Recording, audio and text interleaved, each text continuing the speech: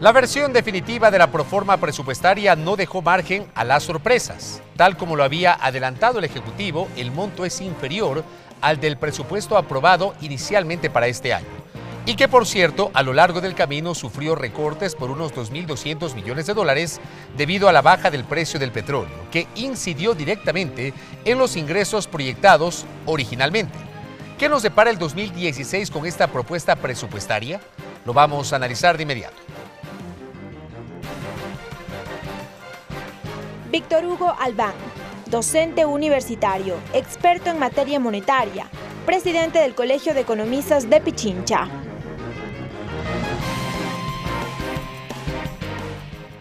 Economista Víctor Hugo Albán, bienvenido, qué gusto, ¿cómo le va? Muchas gracias, bien. Muchas gracias siempre la invitación a la parte técnica, a la parte académica es importante para la comunidad, para que sepan qué es lo que pasa, por qué se toman determinadas resoluciones, por qué el presupuesto está, de cómo está financiado y todo lo demás. Estamos hablando de un presupuesto de menos de 30.000 millones de dólares, 29.800 y algo millones de dólares, más o menos, digamos. Exacto, digamos, en cifras redondas, con un precio del barril de petróleo de 35 dólares, muy diferente el monto, así como también el cálculo del barril de crudo respecto de aquel con el que originalmente comenzó el año 2015. ¿Cómo ve el Colegio de Economistas esta decisión del Ejecutivo al enviar con esas consideraciones el presupuesto a la legislatura? Bueno, indudablemente que se han hecho muchos estudios, muchas simulaciones, poniendo el precio del barril de petróleo en diferentes, digamos, en diferentes sitios de valor. Y viendo sobre todo el mercado bursátil, en el colegio calculamos alrededor de 37 dólares más o menos. Y obviamente el ministerio tiene que ser más conservador, el Ministerio de Finanzas y el Estado en general.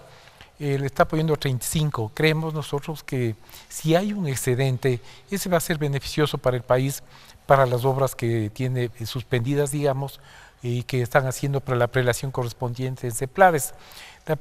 La priorización lo da por disposición del Ejecutivo CEPLADES. Y obviamente pues Finanzas tiene que de alguna manera solucionar a través de ingresos que vengan no solamente de la parte fiscal, sino de crédito externo. Ahora, hay expertos económicos que creen que incluso sobre los 35 dólares, con este cálculo, debió haber sido mucho más conservador el Ejecutivo a través de su frente económico. Haber presupuestado, por ejemplo, 30 dólares por barril por cualquier cosa, tomando en cuenta la inestabilidad que ha tenido el crudo en los últimos meses. Bueno, digamos, el precio del barril de petróleo no necesariamente tiene que estar en esos niveles. Nosotros, de los estudios que se hicieron en el colegio, de los análisis correspondientes, creemos que estaría entre 37 y 40 dólares. Y calculamos nosotros también en 37, de una manera conservadora. Aquí lo importante es que el ministerio se puso más conservador para poder financiar, digamos, las obras prioritarias y emblemáticas que no son solamente para el gobierno, sino que son para el país. Ahora, durante el próximo año, una de las cosas que se ha dicho es que, claro, es un año difícil por la inestabilidad del precio del petróleo, el tema de la apreciación del dólar, las dificultades fiscales que tenemos en este momento, pero también se ha dicho que para el próximo año se van a comenzar a liberar recursos, producto, por ejemplo, ya de la finalización de la repotenciación de la refinería de Esmeraldas, producto de que comenzarán a entrar en operación varios de los proyectos hidroeléctricos, tal vez el más emblemático, Coca-Cola Sinclair.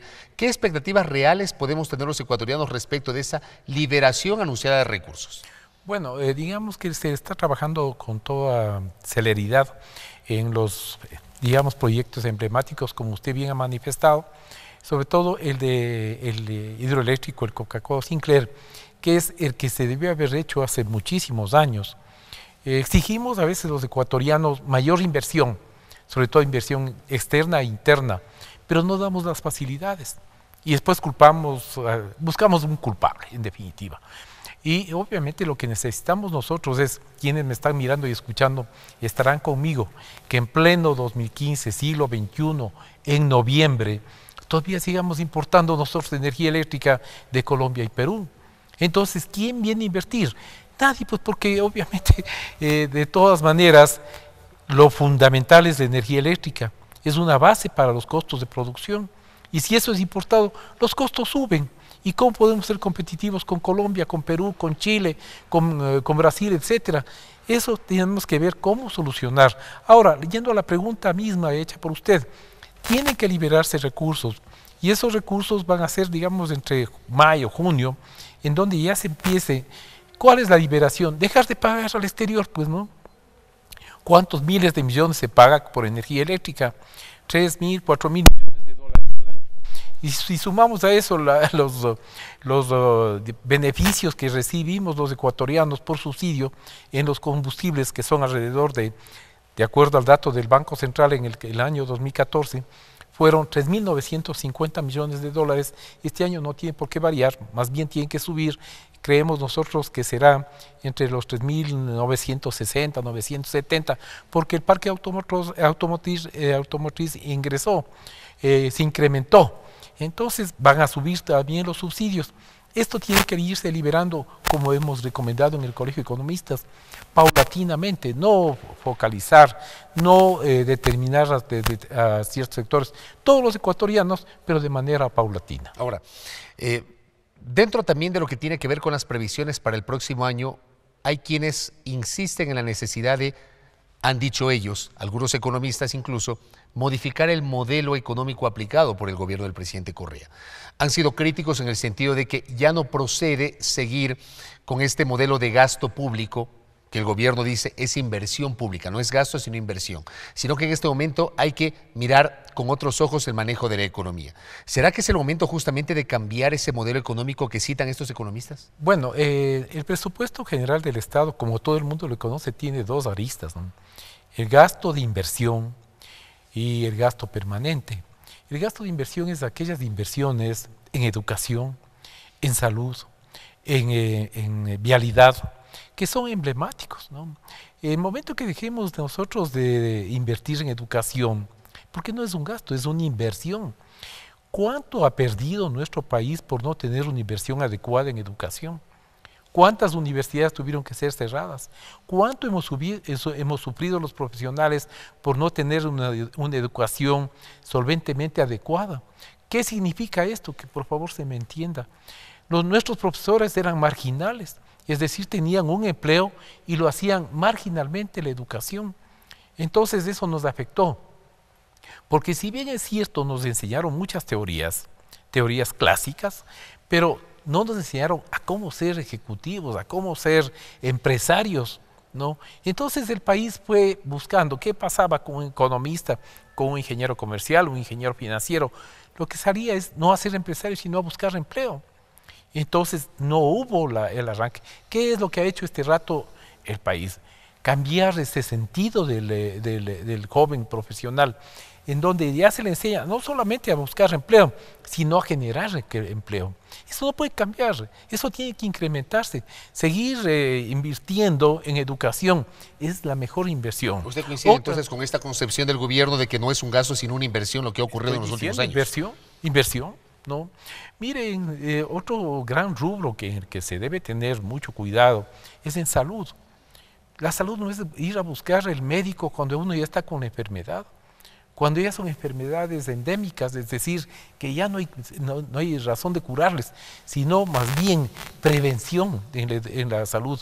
¿Y por qué si esta prevención tiene que ser solamente para un grupo privilegiado, para aquellos que tienen la posibilidad de contratar un seguro adicional? Debe ser para todos los ecuatorianos. Y esa parte no puede dejar de seguir siendo inversión. Si alguien le cataloga la salud como gasto, caramba, qué pena, ¿no? Pero tanto la salud, la educación son emblemáticos, ojalá fueran de todos los gobiernos y de todo el mundo. Ahora, lo último, también se dice que se vienen tiempos complicados, tenemos el fallo reciente del Tribunal Arbitral del CIADI contra el Ecuador que le sentencia a indemnizar a la petrolera occidental con más de $1.000 millones. Por otra parte, este mes de diciembre el Estado ecuatoriano tiene que cumplir con el pago de los bonos Global 2015. Digamos, cito dos escenarios que también podrían complicar las finanzas públicas. ¿Cómo le ve usted? Mire, ambos escenarios son negociables. Ya se ha hecho en otras ocasiones. El país tenía que luchar porque tiene que tener también su orgullo, ¿cierto? Tiene que tener su personalidad como país. Y obviamente pues se dieron las cosas no como el país soñó. Yo busco culpables. Los políticos buscan culpables. Ya se dio este fallo, pues justo o injusto, ¿qué vamos a hacer? Hay que buscar soluciones y la solución que recomendamos como Colegio de Economistas en ambos casos es renegociación. En el caso de la deuda, puedes renegociar si ya se lo ha hecho N veces. Yo he trabajado en el Banco Central y normalmente las renegociaciones se las daban por estas fechas. Pero tiene que ser un buen renegociador, uno que piense en el país, tanto en un caso y en el otro caso, en el caso de la OSI, también es negociable. Ya se lo hizo con Ecuatoriana de Aviación, yo participé en esa negociación y pagamos el 60% de la deuda, no pagamos ni un centavo de interés y la gente entendió la posición del país, cómo estábamos circunstancialmente en esa ocasión, económicamente hablando, y nos dio una mano. Correcto, queda claro. Gracias, economista. Muy gentil por su tiempo. Muchas gracias a ustedes. El economista Víctor Hugo Albán, quien es el presidente del Colegio de Economistas de Pichincha, haciendo una valoración de la situación económica a partir de la proforma presupuestaria y, por cierto, las obligaciones que se le vienen al Estado ecuatoriano.